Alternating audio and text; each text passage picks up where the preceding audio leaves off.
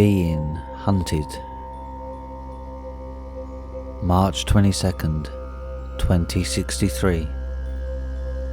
Being hunted.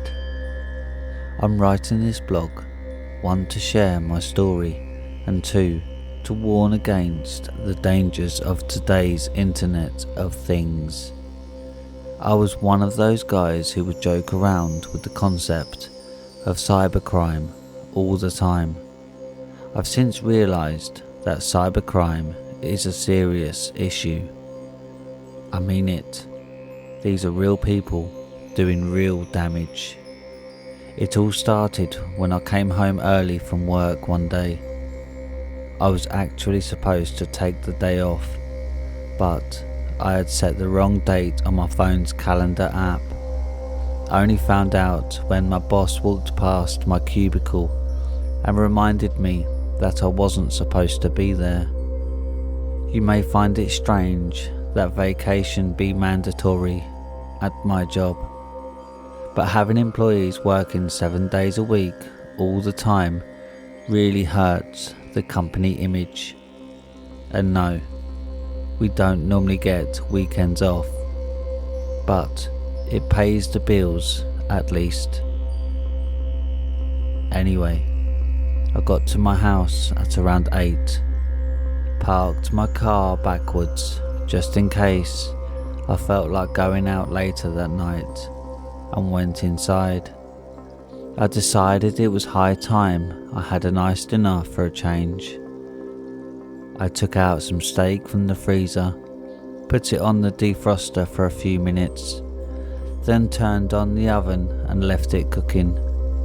I threw myself onto the couch and powered up my TV. Of course, a full night off work meant this was the perfect opportunity to catch up on my favourite series, Being Hunted. However, when I opened my TV's Netflix app, I noticed something strange. The interface was a bit different. The Netflix logo was now on the left side rather than centered, and it hadn't logged me in automatically. I figured Netflix had auto-updated again. Which reminds me, I need to write a strongly worded letter to Sony about their update policy. So I went into the login page and tried logging in. Username or password incorrect, it said. After trying several different username and password combinations, I got the idea that this might be prompting me to log into my home server. This was odd. I didn't see any reason for streaming app to need access to all of the house's devices, but a multi-billion-dollar company like Netflix couldn't do any harm, right? So I put the username and password to my home server. The usual welcome to Netflix text appeared and stayed there for a while. I waited for a few minutes, during which I tried to turn on the ceiling fan, but it didn't work. I couldn't even tilt it towards me, not remotely at least. I'd have to grab a ladder and tilt it by hand. But what's the point if the fan won't turn on? Another couple of minutes and the screen appeared. We're sorry, the service is not available at this time. We are hard at work attempting to resolve this issue. We apologise for any inconvenience. Bored out of my wits, I decided to check my Facebook wall. Alas, I couldn't do that either. Actually, I couldn't do anything web related. Twitter, YouTube, not even Google. I thought that I might have been disconnected from the internet. But of course, that would have been extremely unlikely. I mean, this isn't the year 2028.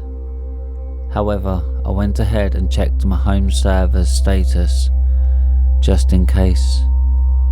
As I suspected, I was offline. I went to check on the stove. After all, I never trusted the auto cook function. It's always stopping prematurely. As I was walking toward the kitchen, I couldn't help but notice the faint sound of the security camera on the wall turning. I looked toward it and saw that it was looking right back at me. Now, this creeped me out. It's programmed not to follow approved people, and of course I'm approved. I control the list, and even if it was just a fluke, I thought I had set it to a fixed position. I even checked its app. There it is, camera position fixed. I even tried setting it to variable and then back to fixed, but it didn't work. It just kept following my every move. I wanted to contact the manufacturer about it, but alas, I had no access to the internet. I'd have to go to their offices if I wanted to get this issue resolved, and so I headed for the main entrance. As I reached for the handle, the lock engaged, indicated by a little blue LED on the side of the handle. I tried unlocking it, but neither the app nor the manual lock switch worked. Something was definitely wrong. Then the window next to me closed shut. Lock engaged. Another one. Lock. Third one. Lock. A fourth. Lock. One by one, all the windows closed on their own. I started heading to the room with the home server. I had to check this out. As I walked past the living room, I was stopped by the feeling of a strong draft on my back. But all the windows are closed, I thought. I looked back and saw the ceiling fan pointed toward me, spinning out of control. A split second later, it dislodged and hurled at me. Naturally, I moved out of the way, my head barely missing its metal blades. I felt my smartphone buzzing. I checked it, only to find the words, "Got you now," displayed on it. Then an awful smell started to fill the air. It didn't take long for me to realise that it was gas leak. I said I remembered that I had left the stove on, so I started running away from the kitchen in anticipation. Behind me, I heard a loud swoosh, as if a large fire had been started. I could feel the heat from the flames inching ever closer to me. I ran towards the bathroom. Its metallic, airtight door should be enough to hold back the flames, I thought. I ran into the bathroom and slammed the door shut. For a bit I thought I was safe, until I heard the door lock itself. Not knowing what to expect, I just closed my eyes and waited. Seconds later, I heard the shower turn on. Really? I thought. What are you gonna do? Wash me to death? I opened my eyes and saw the window close and its lock engaged, indicated by the blue LED on the side. Then I started to realise where this was going. I pulled back the shower curtain to confirm my suspicions. It was worse than I thought. The water in the tub was not only rising, but piping hot. He didn't want to drown me, but to boil me. It didn't take long for the water to start spilling on the ground. I leaped onto the toilet, then to the vanity, then to the shower curtain beam, desperately trying to get away from the rising water. The window was just out of reach.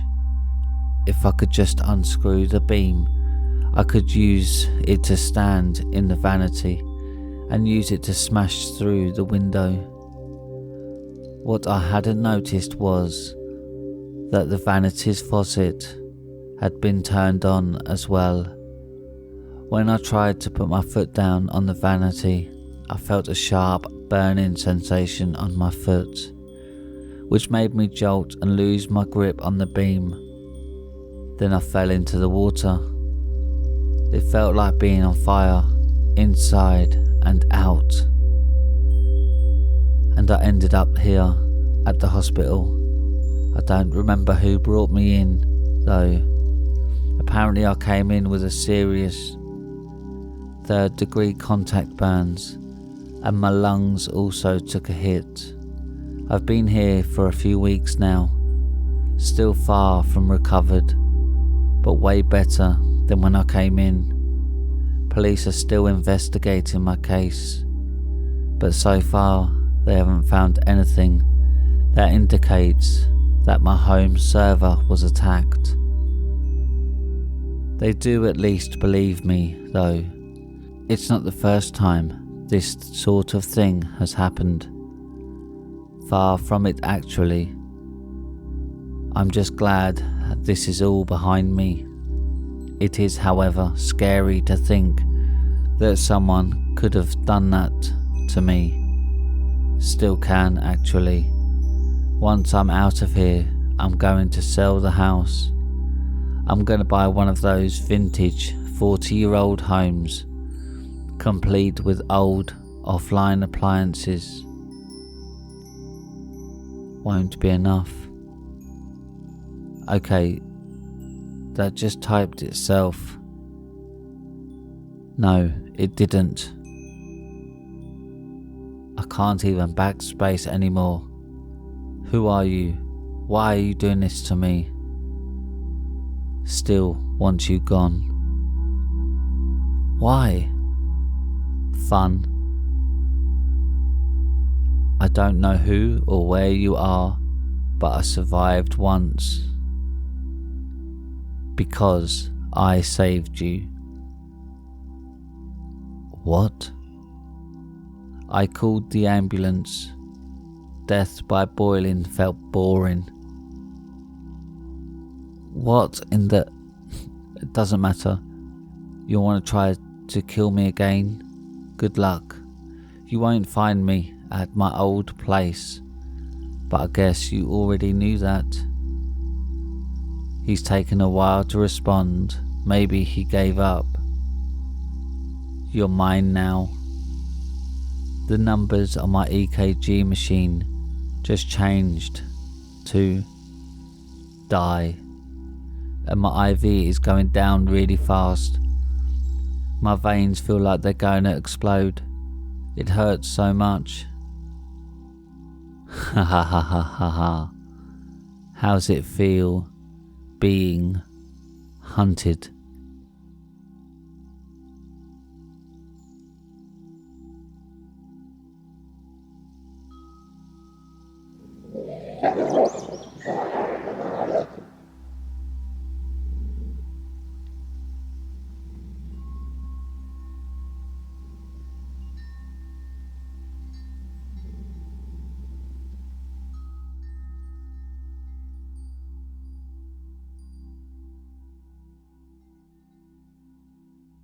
Cry Baby Bridge. Many say she was a legend. Many say she was truth. Many think she is long dead, but some think she is still out there. No one knows when she's got here. Was she born here in the colony? Did she come by boat and step off at St. Mary's Landing?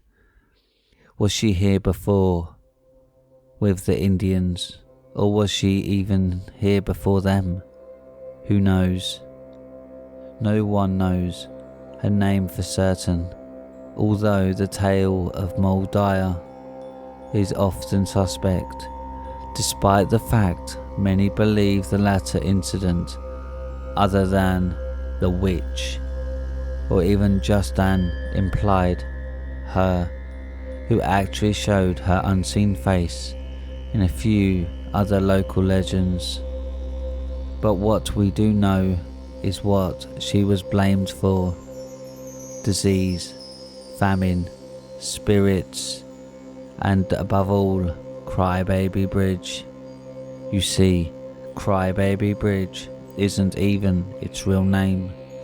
I think its real name is Great Mills Crossing, or maybe on Old St Andrew's Church Road. I'm not too sure.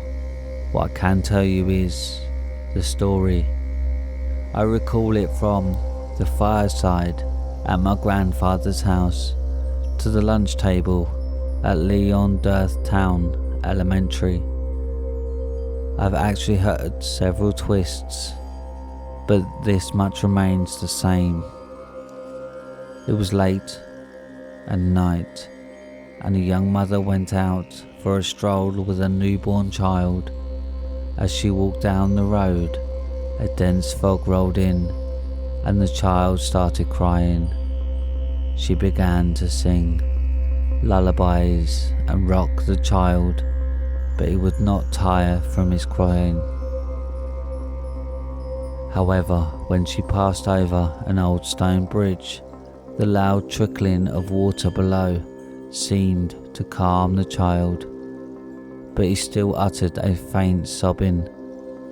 As she stepped closer to the edge, the baby fell asleep, but even the mother seemed to be made drowsy by the babbling and chuckling of cold water beneath the bridge. The young woman took one step closer to the edge, and a sudden cold hand pushed her in the back of the shoulder, and the child fell to the water below. As the mother turned around, there was nobody there, and she quickly stumbled into the creek to find her baby. But he was gone forever, already dead. They say as she cried, wading through the cold, black water, she heard a faint, wicked laugh coming from the woods. Now, if you stand on Crybaby Bridge on a night of dense fog, some say you can still hear crying coming from the water below. One story claims the crying it to be the mother, but most agree the ghostly sobbing is that of the baby. In another incident involving her, a small child was killed in a drunk driving accident a while back. The first officer responding to the scene of the wreck claimed he heard a cruel stroke of female laughter coming from the surrounding cornfields.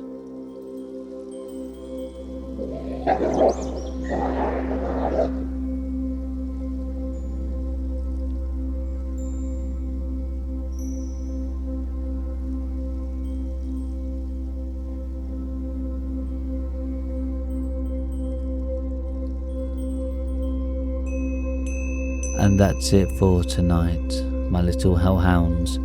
Thanks for listening. If you've enjoyed tonight's scary stories, then why not click the like button and click on the subscribe and click on the bell icon so you get notified every time I upload. If you have any scary stories you would like narrated on the channel, then submit them to Reddit r/homeofscares and follow me on Twitter at homeofscares. Now, good night, my little hellhounds.